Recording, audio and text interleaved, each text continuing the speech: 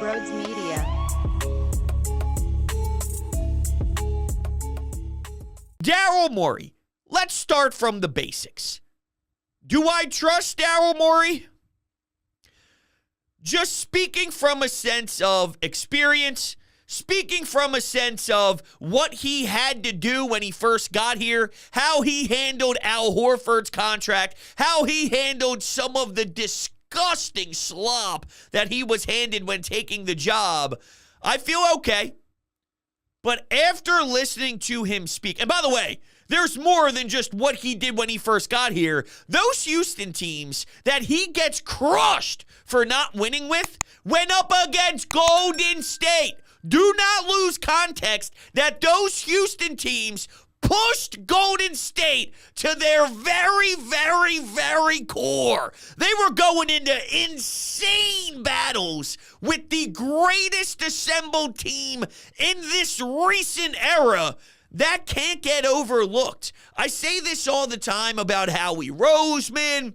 Oh, before he won a championship, he can never win a championship, but he's put teams together that can. His job is to put the talent on the roster that, in theory, can win a championship talent-wise. The year in 2022, they didn't win, but what he did to put that team on the field was good enough from a general manager standpoint. They came up just small, but it wasn't for a lack of the idea and the belief and the concept of the general manager. Same applies with Daryl Morey in Houston. All right, that team was giving the Golden State Warriors the best push of any team out there outside of the Cleveland Cavaliers with the one-man show of LeBron James. So I can't lose sight of that. I do believe that Daryl Morey is a sharp guy, and I trust him from an overall sense. Where I am getting concerned, though, is you need to read the room. And what I mean by that is you can't apply one method to every single roster, no matter where you are. And I'm a huge believer in superstars win you championships in this league, and there's a reason why. But what we can't do is pay good players as if they're superstars. Jimmy Butler right now in his career? No. Paul George right now in his career? No. I'm sorry. We just got done paying Tobias Harris too much.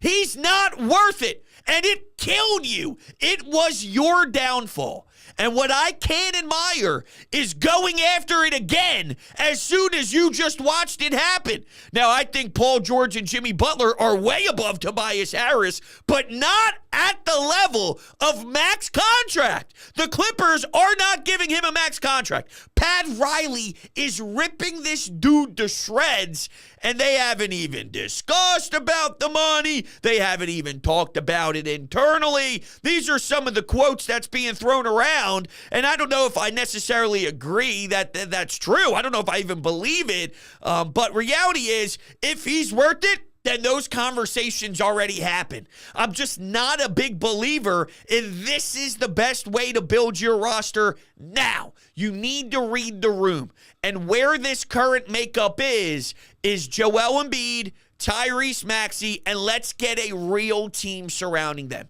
It's a different era now. It's a different NBA world.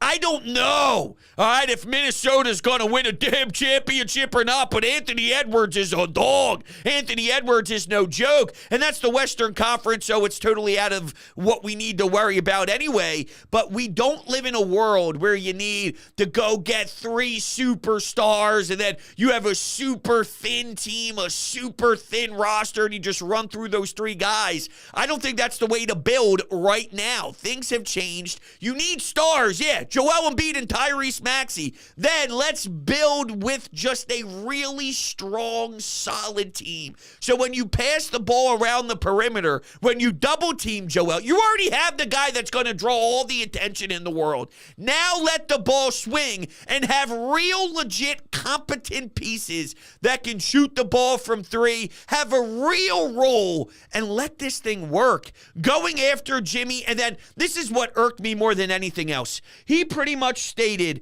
that he really finds joy, and he's excited to look for Kyle Lowry's of the world, find Kelly Oubre on a veteran minimum.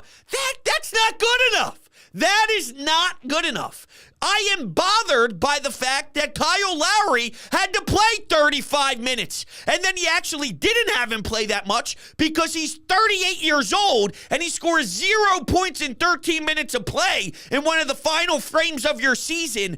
That isn't good enough. Kelly Oubre, I hate to break it to all the Kelly Oubre guys, but Kelly Oubre as a starter, especially if you have to pay him money to keep him here, which he did mention his name. He mentioned Paul Reed. Not good enough. These guys are not good enough. What you need to do is allocate the money that you're willing to spend on Jimmy or you're willing to spend on Paul George and go get real legit NBA players instead of Kyle Lowry on his last leg, instead of some of these other guys. Like, it's just not right. It's not right. So in a big picture world, I like Daryl Morey, and I have a lot of faith in him. And when you look at his resume, it speaks high volume, and it deserves to be way more respected than just has he won a championship before, because that's not enough context. That's not enough substance. Really peel the layers back on what he did in Houston. Really take a look at it, see who he went up against, watch those series play out. He does a lot of good things. What he did when he first got here was really good. Not just good, it was really good, but he was handcuffed. I don't like what Daryl Morey is selling us right now. I actually don't hate it from a very general sense.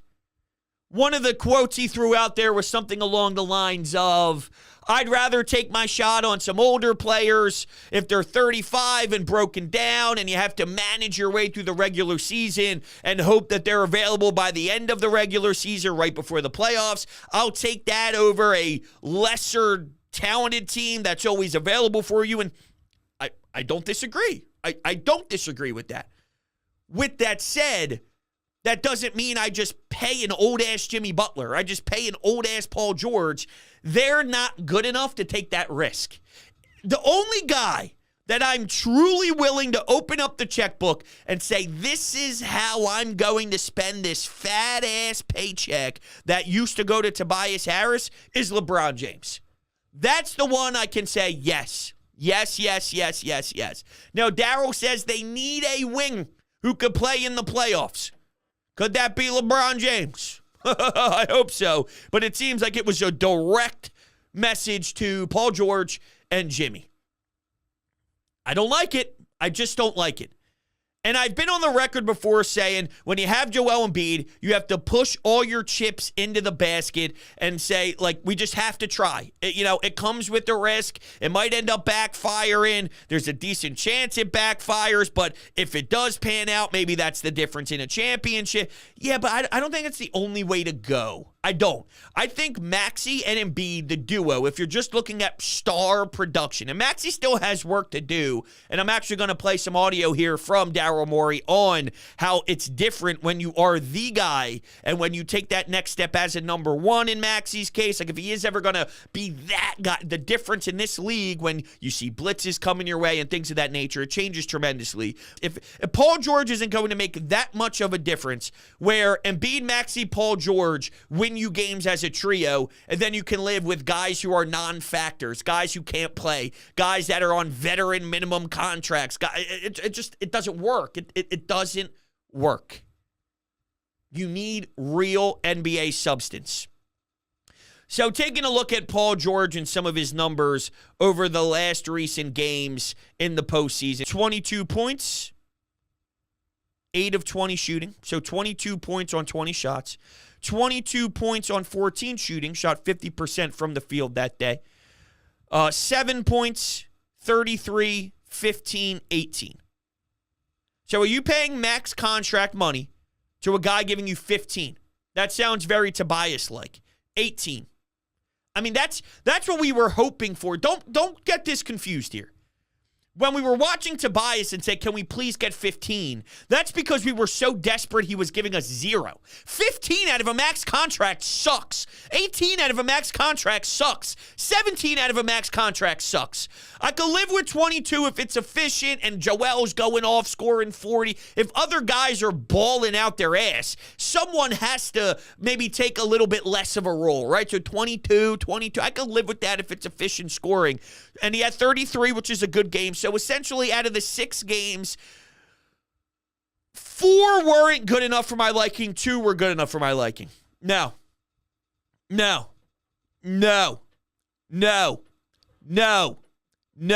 I came to conclusion. No.